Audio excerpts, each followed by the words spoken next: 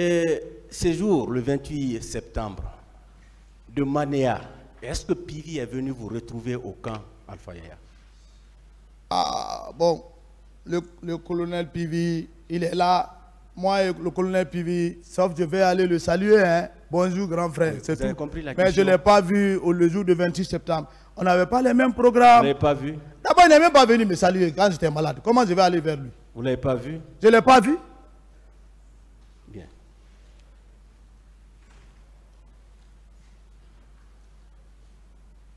Et au niveau de la clinique Ambroise Paré, est-ce que vous n'avez pas émis l'idée d'envoyer les leaders au camp Alpha Yaya Diallo?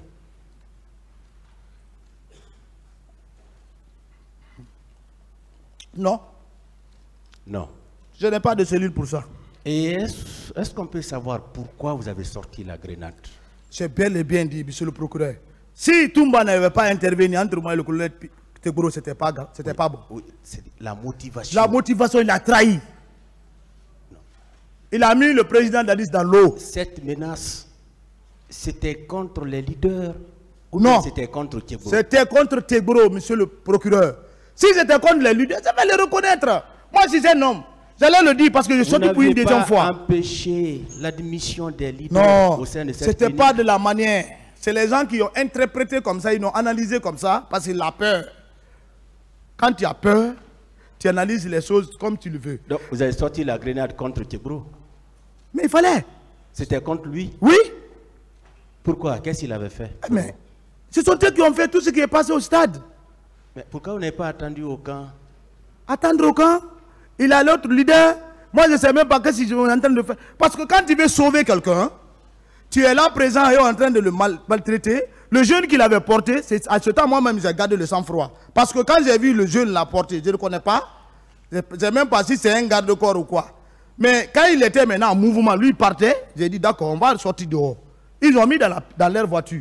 Même la voiture, là, je ne retiens même pas la marque, le nom. Parce que c'était la folie. Bien. Vous avez déclaré ici que durant tout son règne, le président Dadis ne vous a offert que la somme de 2 millions. 2 briques.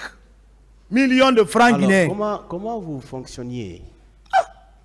Moi, c'est le commandant Toumba qui avait pitié de moi. Hein. Celui qui vous donnait l'argent? Il pouvait me donner mon plus petit carburant. Quand il gagne un peu d'argent, il me donne un peu. Voilà. Celui qui vous faisait fonctionner? Mais tout le monde, pas moi seul. C'est pas moi seul, hein. Vous n'avez eu que 2 millions. C'est 2 millions. Vous savez, le don. Quand le procureur me donne 2 millions tout de suite, c'est à moi qu'il m'a donné. C'est pas moi seul. Hein.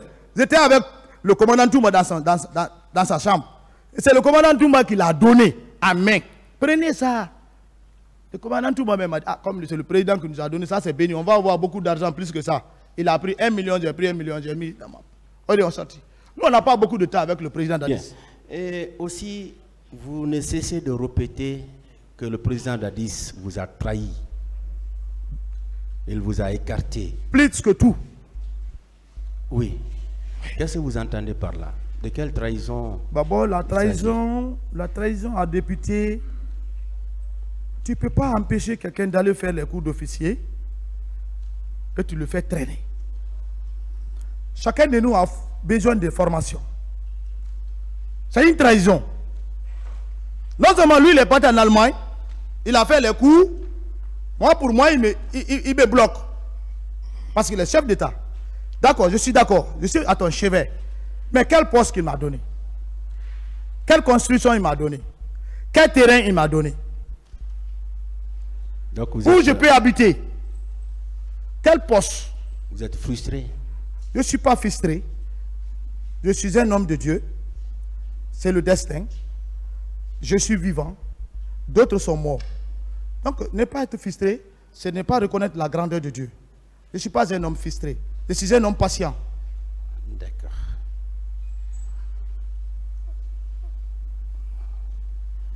Lorsque vous retourniez au camp après tous ces périples, vous n'avez pas rencontré le colonel Pivi à Amdalaï, avec son cortège?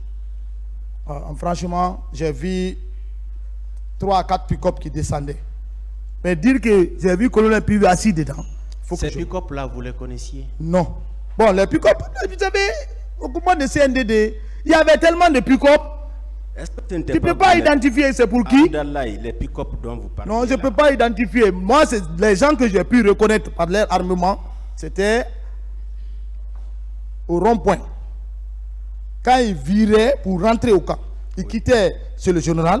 J'ai compris que ouais, ça, c'est le groupe du général. Oui, mais l'autre. Mais l'autre, là, je n'ai pas pu reconnaître. J'avais pas mon chef était devant, je ne contrôle pas ça. Parce que je savais que déjà, c'est gâté. Bien. Toumba a déclaré ici qu'à la veille du début de ce procès, il a organisé une petite réunion au niveau de la maison centrale entre vous, C.C. Raphaël, et lui. Et il vous a dit, nous allons devant le peuple, allons-y et on va dire toute la vérité. Vous confirmez cette réunion-là? Bon, ce n'est pas une réunion. Est-ce qu'il vous avait fait appel quand même? C'est le jour où on est venu nous donner nos fiches pour nous montrer la date réelle du procès. Moi, j'ai quitté au bureau. Je suis venu le trouver, il était avec... C.C. Raphaël était de passage, il a appelé C.C. sur assis. Quand je partais, il dit, Masagi, il dit oui.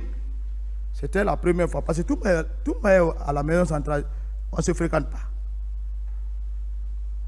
Il dit, qu'est-ce qu'il y a? Il dit, viens. Ah, le procès, il dit, assois-toi. Je me suis assis. C'est dehors, c'est pas dans une chambre. Ah, Marcel, bon, le procès commence. Comment va se passer? On va dire la vérité. J'ai dit, oui, dites votre vérité, je vais dire ma vérité. D'accord. Donc, cette entrevue... Voilà, j'ai dit, vous dites la vérité. Il dit, bon, il voulait m'envoyer. J'ai dit, non, vous dites pour vous, je dis pour moi. On est parti, on va au procès, que chacun dit ce qu'il a à dire. Moi, on ne me guide pas. Vous avez dit, même si on envoie un char. Non, je suis charmant. Non, est-ce que vous n'avez pas dit ça à tout? Non, je n'ai pas dit que même si vous envoyez un char. Non, non, non. Ça, c'est les commentaires. Vous avez dit, dites pour vous. J'ai dit, dites pour vous, je vais dire pour moi. Ils ont leur stratégie, j'ai ma stratégie. Vous êtes venu, vous avez dit pour vous. Voilà. Chacun de nous a sa stratégie. Moi, je n'ai pas. Je suis un ministère stratège. Ce qu'ils ne voyaient pas, moi, je voyais cela. Merci beaucoup. C'est ce qui est là aujourd'hui.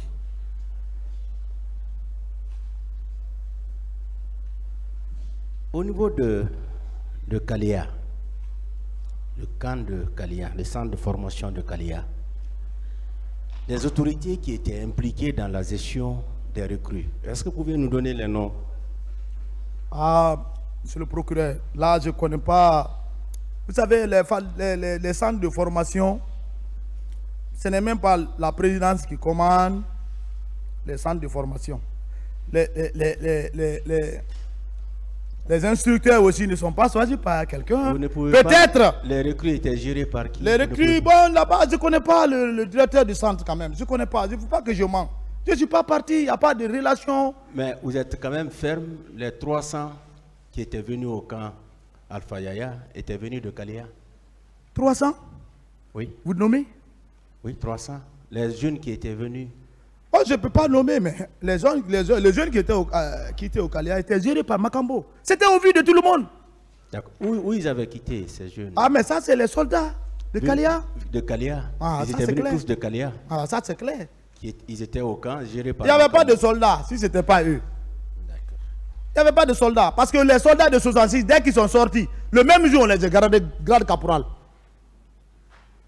Là, la différence existe. Et quand il nomme quelqu'un caporal, la fureur de la joie qu'il a, même il oublie le grade dans la douche, il va aller prendre. Bien. Dans ces événements, quel est le rôle que colonel Diaby a joué? Colonel Diaby, le ministre. Bon, lui, je ne l'ai pas vu. Il n'y a pas eu de contact. Je ne connais pas comment il a géré sa situation. On ne s'est pas rencontré. Et Blaise Goumou? Blaise Goumou, moi, c'est ici que je l'ai vu. Hein. Je ne connais pas. D'accord. Je ne l'ai jamais vu de mes yeux, Blaise Goumou. Et Kalonzo? Kalonzo, non. Moi-même, je ne sais même pas pourquoi il est là. D'accord. Lui, je ne le connais même pas.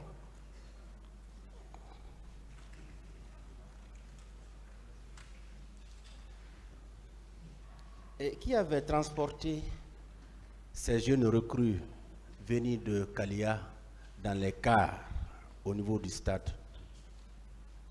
Monsieur le procureur, le président d'Addis a de mauvaise foi. C'est pourquoi à chaque fois que je parle son nom. Peut-être ils vont dire que je suis acharné contre lui. Non. C'est la mauvaise foi. Son chargé d'opération faisait tout pour lui. Makambo. Ça c'est...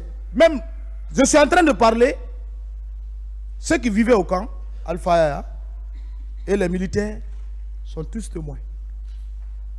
C'est pas caché. Makambo marche avec H. Oui. Je vais simplement parler du transport de ces recrues. Tout ça, c'est effectué par le président d'Addis, Makambo, les Gono Sangaré, surtout Gono. Oui. C'est l'intendant, celui qui doit mettre le carburant.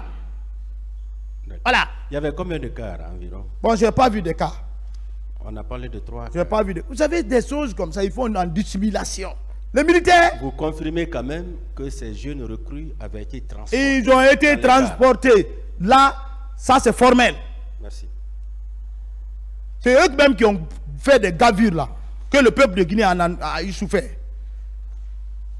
Bien. Et au niveau du stade, ceux qui arboraient des coris et qui détenaient des flèches, qui avait envoyé ces gens là-bas? C'est pas des civils. C'est des militaires. Des militaires. Des soldats. Habillés en civil. Qui ne sont pas... Vous savez, moi j'ai... Autant de lances rencontrées ne sont pas à Sigri. Le référendum, oui ou non. Le président lance rencontré, mais avec sa stratégie, nous on avait fini la formation. Mais on n'était pas sorti. Les élections, oui ou non, est arrivé. Qu'est-ce qu'il faut faire? Il faut envoyer les soldats dans les différentes préfectures de la Haute-Guinée. J'ai participé à Sigiri. Mais nous, on a été stratège parce qu'on a fait une formation militaire. Arrivé, on a fait le sport à Sigiri. Les Sigiri ont dit, hey, sois-y, mais l'anté. Mais bon, qu'on a grillé. Et ils ont replié. Nous, on sensibilisait les gens avant les jours de vote. Ça dit, hey, maman, si vous voulez voter, si vous ne voulez pas, laissez. Il n'y a pas de problème. On est pour vous.